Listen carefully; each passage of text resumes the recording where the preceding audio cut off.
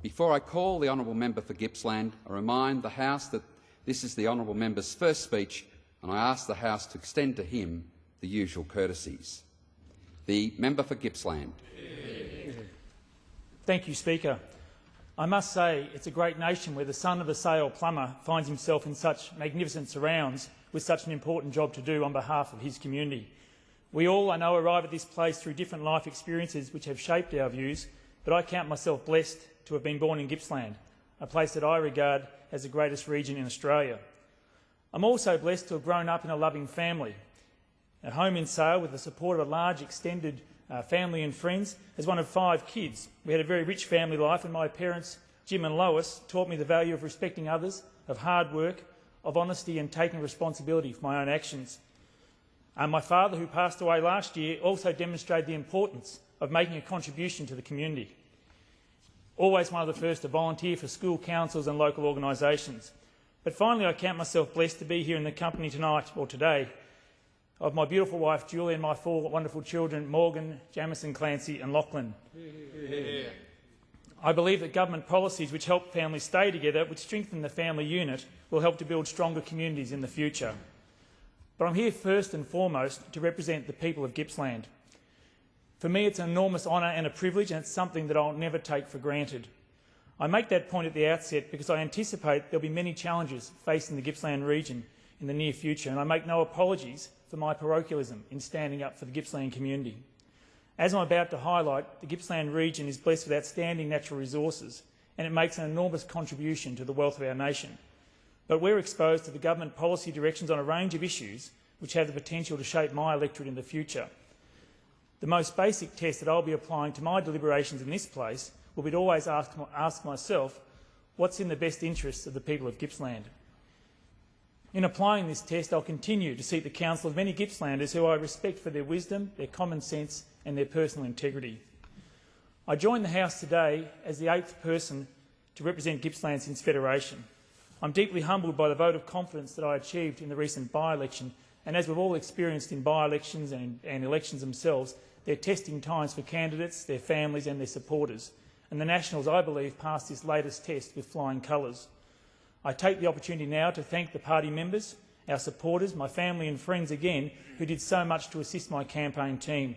And I thank so many of you for joining me here today. It was such an outstanding team effort, and it's great you could be here for this special occasion. Yeah. I believe that the Nationals and the Country Party have held Gippsland for 86 years for some very good reasons. I think it's an endorsement of our style of grassroots representation. As I've worked closely with the State Leader, Peter Ryan, who's also here today, for several years I've worked with Peter and the State team, I've come to appreciate that the Nationals are at their very best when they are standing up for people who choose to live outside our capital cities. Our record of success in Gippsland is proof that we must be doing something right. For me, that something right was directly linked to the service of our previous members, in particular Peter McGorran and Peter Nixon. I've had the privilege of working with both men over a period of time, and their combined total of 47 years is something that their contribution is impossible to measure in just the length of roads sealed or the buildings constructed or just in simple years of service. Their legacy to Gippsland, to me, is contained in their leadership that they displayed, their willingness to serve our community and our country at the very highest level, often at significant personal cost. In my involvement in community groups and in politics at local, state and now federal level, I've formed the view that we must do more to encourage our young leaders of the future to get them involved in community affairs and the formation of public policy. We need to stimulate the interest of younger people in the importance of making a contribution to their community, whether it be through organised politics or through serving local organisations. As I look around Gippsland, there are too few younger people taking up the challenge of community service, and their involvement in public life is suffering as a result. Rather than accuse them of a lack of interest, I believe that we are at least part of the problem. Participation in structured parties is by no means the only way to make a contribution to public life, but I fear that people are switching off. They're switching off politics because they don't like what they see here. If we want young people to serve our community as elected representatives, we must become better role models ourselves in the future. We must demonstrate through our words and through our deeds that serving the community through an elected office is something which is worthwhile and an important way to make a meaningful contribution to our nation. I think we owe it to the Australian public to conduct ourselves in a manner which reflects very highly upon the offices we hold and demonstrates our respect for the democracy that we've inherited. Who can blame people for disengaging with Australian political life when their most direct experiences are the nightly news broadcasts of Question Time or student groups who witness the spectacle sometimes from the public gallery? I believe there will always be room for robust debate, but it doesn't need for it to descend into theatre and farce. And I agree with the Speaker's comments earlier today. It would improve the standard of Question Time if there was less baiting and sledging. I'm reminded of a contribution to the State Parliament of Victoria made by a good friend of mine, the Honourable Damien Drum, and I quote, "What we believe in as political party members are our opinions. Our job is to attend Parliament and to argue those opinions with all the passion and enthusiasm we have, but they are still just opinions. To think that either side has a mortgage on what is right or what is wrong is absolute folly. What both sides have a mortgage on is a responsibility to respect each other's opinions." As I said at the outset, it's an extraordinary honour and a privilege to serve our nation in this Parliament, and I feel a very strong sense of responsibility to respect this Parliament, respect all who serve their communities, and fulfil my role to the best of my ability. I believe my main role in this place is to stand up for the people of Gippsland and give them a voice. Gippslanders are telling me that they want results, not petty political games from their elected representative. In the short time since I was elected, many Gippslanders have contacted my office or spoken to me personally. They're concerned about the future of our region. There are many issues and challenges we face as a nation and as a community of Gippsland.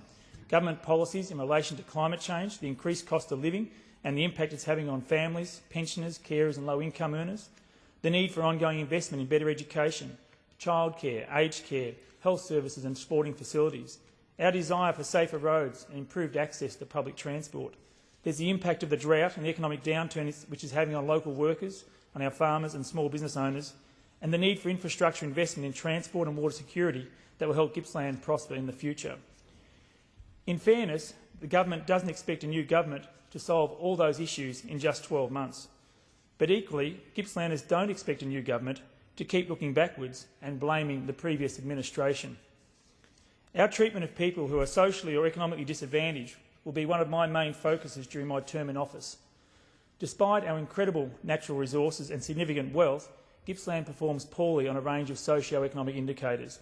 I want to spend my time in office fighting for a fair share of resources and fighting for a fair go for all Gippslanders. We live in a wealthy nation, so wealthy in fact that we can afford to have a conscience. As individuals, many of us listen to our consciences. We volunteer our services and we support charities because it's our way of making a difference, and our household budgets can afford the time and the expense. As a nation, we must also have a conscience, and our federal budget can afford the expense. We must do more to help those less fortunate. People like our older Australians, living on a single pension rate of $273 per week or just $39 per day. I believe we must do better than that, and our pensioners can't afford to wait. This is a health issue in Gippsland as much as an economic concern. Older Gippslanders have told me that they're going without food because they can't afford to eat healthily, or they're foregoing involvement in community and sporting activities because they can't afford the transport costs. Further isolation caused by financial distress will have an impact on the physical and the mental health of older Gippslanders. It's a similar story for the families of the carers for family members with a disability, whose selfless dedication saves our nation a king's ransom, but they often live the life of a pauper.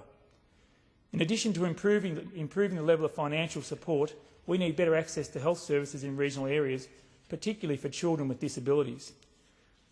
We all know that early intervention will allow children with autism and other special needs to achieve better outcomes, but the lack of availability of allied health services is frustrating the efforts of parents to support their own children.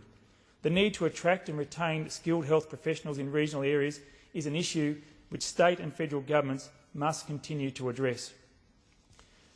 Then we have our Indigenous community, children born into a wealthy nation but with a 17-year life expectancy gap when compared to white Australians. Our conscience demands sustained action. I don't seek any arguments about the merits of past policies or whether or not they were well-intentioned, but there must be an acknowledgement that whatever we have done in the past, it hasn't delivered the right outcomes for our Indigenous community. In Gippsland, we don't have the same problems of extreme remoteness that hamper other regions, but our Indigenous people still perform poorly on a wide range of measures. Victorian Government's Indigenous Affairs Report for 2006-07 reveals there are many symptoms of an ailing culture, and we must work smarter and work harder to find a cure. It must be noted the level of disadvantage experienced by young Indigenous Australians is not confined to communities living in the remote parts of Australia. The urban Indigenous experience in regions like Gippsland requires its own intervention and strategies to break the cycle of welfare dependency. Passive welfare and handouts are not the answer, and the road to reducing the gap in life expectancy begins with better health and education services, and it must have the basic aim of securing a job. I believe the decency of a job is central to individual success for our Indigenous communities in the future. To our credit, the work has already started in Gippsland, and I believe that we have an obligation to the people who elected us to spend our time in this place working in good faith to address such major problems in the future. Naturally, I accept that representing the views of Gippslanders is an enormous challenge in itself. Gippsland is one of the most diverse regions in Australia, and our community is dispersed across 33,000 square kilometres. There are many larger electorates, but few can lay claim to the rich diversity and strategic importance of Gippsland to our nation's future prosperity. Gippslanders from all walks of life make an enormous contribution to our nation as they go about their daily lives involved in the power industry, oil and gas sector, defence and a range of agricultural activities. We have a thriving small business sector, which I'm continually promoting through measures such as urging local families to support local traders. There are more than 11,000 small businesses in my electorate. These are the people who take the risks and have the confidence to invest in Gippsland's future. I'll champion their cause at every opportunity because they're helping to build a better future for our young people. Gippsland boasts incredible extremes in both natural and man-made features. We have the world-renowned Gippsland Lakes and a network of rivers and streams which feed some magnificent estuarine systems, perhaps none more famous than the Snowy River, which meets the sea at Marlow, near Orbost. Many of our waterways have been heavily impacted by activities in the catchments, and there are significant environmental issues for the future. As a community volunteer and now as a Member of Parliament, I'll continue to work to improve the local environment. I've already called on state and federal governments to increase their investment in practical environmental projects to improve water quality and the health of the Gippsland Lakes catchment.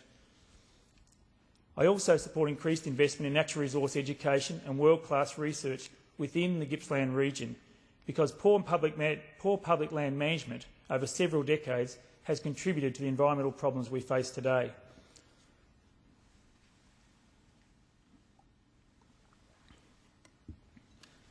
The work has already begun, but I believe there must be a greater commitment to actively manage our forest reserves, to minimise the impact of wildfires and control the pests, plants and animals which are having a devastating impact on native species and agricultural production. Tourism is also a very important industry to my region, and without wishing to sound too boastful, Gippsland does have it all. Just to name a few attractions, we have the snow skiing in the high country, the goldfield heritage of the historic township of Omeo, beautiful coastal villages like my hometown now of Lakes Entrance and Malakuta, Paynesville, Meetung, Locksport and Seaspray. We have the world-renowned limestone caves in Buchan, welcoming rural centres like Bensdale, Yarram, Maffra and Hayfield, the vast expanses of the 90-mile beach, which incidentally is 90 miles long, and the maritime history of Port Albert. There's a network of national parks and reserves, including the lush rainforests of Tarabulga, which are the envy of many other regions. I believe that state and federal governments must work together and work harder to promote regional tourism and small business opportunities.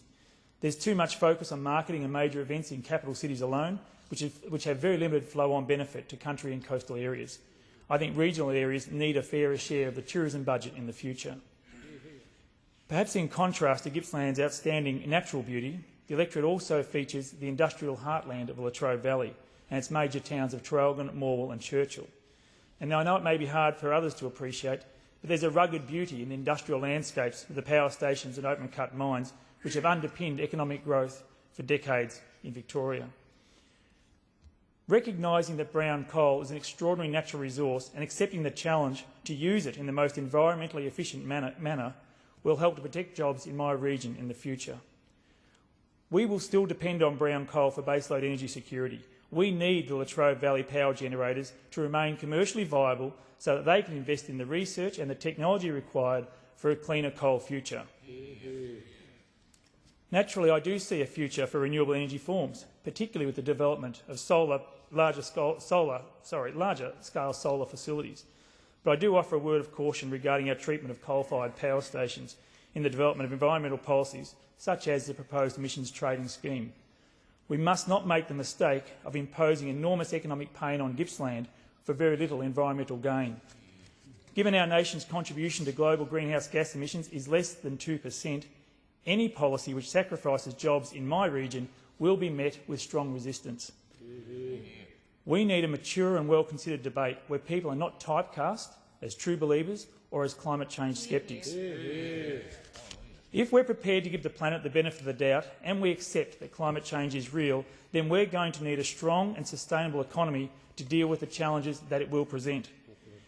In my region alone, there are forecasts of storm surges and sea level rises. If those scenarios are accurate, it will cost us billions of dollars to relocate public infrastructure or to undertake risk mitigation works on low-lying coastal townships. We need to be tackling those challenges from a position of economic strength. On perhaps a brighter note, the Gippsland area is a world-class producer. Our region features some of the most productive agricultural land in the nation, with a prosperous dairy industry, lamb and wool production, beef cattle, horticulture in its various forms, a large commercial fishing industry and timber harvesting from plantations and sustainably managed native forests. Ensuring the long-term water security needs across Gippsland will give our agricultural sector the confidence to invest and encourage young people to seek a future on the land. Parts of my region, I must note, are still facing extremely dry conditions, and we were disappointed to learn the exceptional circumstances funding will not be extended after September 30th this year, but I'll have more to say about that in the weeks ahead. Gippsland's natural resources also extend offshore, where we have the Bass Strait oil and gas fields, which have delivered wealth to our nation for more than 40 years. Using that resource in an efficient manner while managing any environmental impacts in the Gippsland Basin itself will require constant vigilance in the future. And speaking of vigilance, the East Sale RAF base is an outstanding defence facility, which performs a vital role in Gippsland and beyond. My electorate has a very proud history with the Defence Forces, and I'll be working hard to see that base expanded if possible in the future. It's time for me to mention the men and women of the Defence Forces and a practical local problem which demands a national solution. Each time a defence family moves interstate, the logistical task becomes enormous, from the most mundane tasks of transferring vehicle registrations and applying for driver's licences to the most significant issues of inconsistencies in the education curriculum. I think it's time for a debate about the future structure of government in our nation. The blame game and the cost shifting between different levels of government, along with wasteful duplication of resources and the wide range of border anomalies we encounter, make me at least open to considering a better way of governing Australia. We must consider moving towards a two-tiered system, perhaps of regional and federal government, in the interest of a more cohesive and united Australia. In any case, we need to fully explore the opportunity to take advantage of improved communication technology and decentralisation of government services and private industry where possible. The unending urban sprawl and the grab for resources such as productive farmland and water, which has typified Melbourne's growth, is unsustainable in the future. Rather than a state government piping more water to Melbourne, we should be encouraging industries to relocate to regional areas where the water is located. From a public policy viewpoint, I believe that better decisions would also flow from having more staff based in regional communities. Gippslanders have spoken to me regularly about their frustration with decisions made by city-based politicians and bureaucrats with little understanding of the impact of their policies on the ground. I think a deliberate policy of decentralisation would provide direct benefits to our regional communities and allow more of our young people to pursue careers closer to their families and friends. Gippsland already exports many products to the world. We need to stop exporting so many of our young people. Helping our young people reach their full potential is an aim we all aspire to in our electorates. But in rural and regional areas, there are many barriers to achievement. The economic barriers to participating in higher education are a fundamental obstacle that must be addressed. Country students are often forced away from home to study, and the additional accommodation costs and living expenses are an underlying factor in the decision to defer or abandon studies completely. Governments have the capacity to intervene to reduce the cost barriers for students from rural and regional areas attending universities, and that's not to diminish in any way the need for continued investment in trade and technical skills and the promotion of careers in small business are on the land. But in Gippsland, our Year 12 retention rates and our university and further education participation rates are well behind the metropolitan area, and I believe we must do better. The long-term skill shortages we face can best be addressed by investing in the talents of our own young people in regional areas, because Gippsland's greatest natural resource will always be its people. Throughout our history, Gippslanders have demonstrated a remarkable community spirit, resilience and determination. I've witnessed several natural disasters and seen my community pull together to tackle bushfires, floods and droughts, and there's no doubt that we'll need to do it again, and we will need governments that work in partnership with us to overcome the hard times. We need governments that recognise the value of rural and regional communities and everything that country people contribute to our nation. We need governments that are prepared to invest in education and our children's future, and to help support us with the infrastructure which will sustain our communities and encourage private enterprise to prosper. We need governments which listen to the common sense of locals and support the practical and sustainable management of natural resources in all their forms. In short, we need governments which will give us a fair go. Thank you, Speaker. Yeah.